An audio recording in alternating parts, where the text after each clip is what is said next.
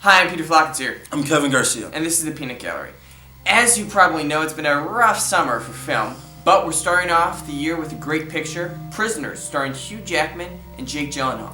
Hugh Jackman and Terrence Howard play two parents whose children have been kidnapped, and Jake Gyllenhaal plays the detective who's trying to find out who the kidnappers are. Meanwhile, Hugh Jackman is taking matters into his own hands to find out who has his daughters.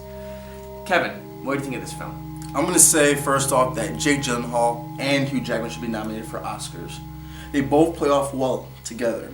And I'm going to say that Hugh Jackman, if he was the only one in the movie, it would be a revenge story. If it was just Jake Gyllenhaal, it would be a detective story. So when you have both of them together, it makes for a more interesting picture. I'm going to say the realism in this movie was really good because you get to see what cops and detectives go through on a daily basis, what they have to deal with families and the press, and you catch how much stress that takes on someone, the toll of it. And then the parents, it really shows what would happen if a daughter or a son would be kidnapped. You see Hugh Jackman's wife being bedridden, just taking pills, and the agony and the pain with both families. And then this is where it gets interesting. When Hugh Jackman takes it into his own hands, it talks about the morality. How far are you willing to go? What limitations do the characters have?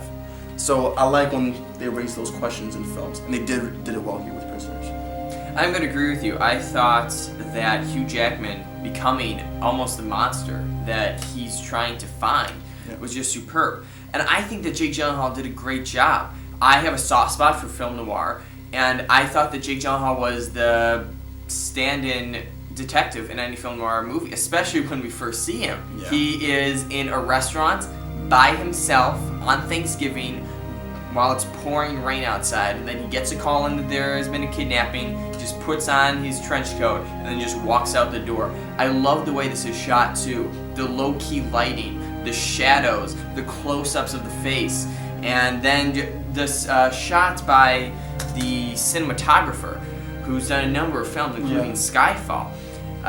His shot where you just see Jake Gyllenhaal from the back, and then you see a slow close-up on the back of his head, and then he slightly turns. I just love that shot. Roger Deakins. Roger Deakins, thank you. He is a fantastic cinematographer. I'm going to say also Denis Villeneuve. Villeneuve, yes, the director. He's known for shorts and documentaries. Which is why I think this is a great film for him to start off It's a great film to start off with. I think he did a fantastic job. I like when they have people who are rookies just starting off, and the first film, they ace it. That's always great.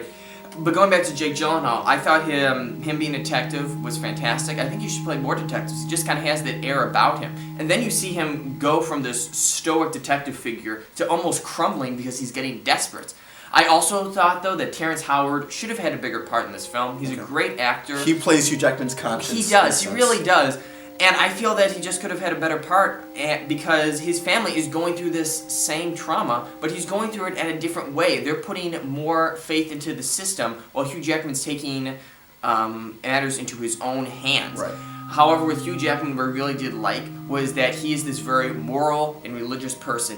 He is a carpenter. He is a prepper. A prepper is someone who prepares for the end of the world. He hunts. He even has a beard, for God's sake. He's your stereotypical man, but he slowly and surely loses it. And this might sound odd, but I just think that's great, deconstructing a character and almost destroying them from their very soul. I would give this film, honestly, 4 out of 5 peanuts. Kevin, what would you give it? 5 out of 5 peanuts. You give it 5 out of 5 peanuts? Yes, I would. Okay. See it. And as a side note, thank you, Mark Wahlberg, for not being in this film. He was the executive producer, and as soon as we saw his name on the screen, we were like, oh boy, that could have... We dodged a bullet on that one. Yeah, we really did. Okay, I'm Peter Flockens here. I'm Kevin Garcia. And this has been the Peanut Gallery.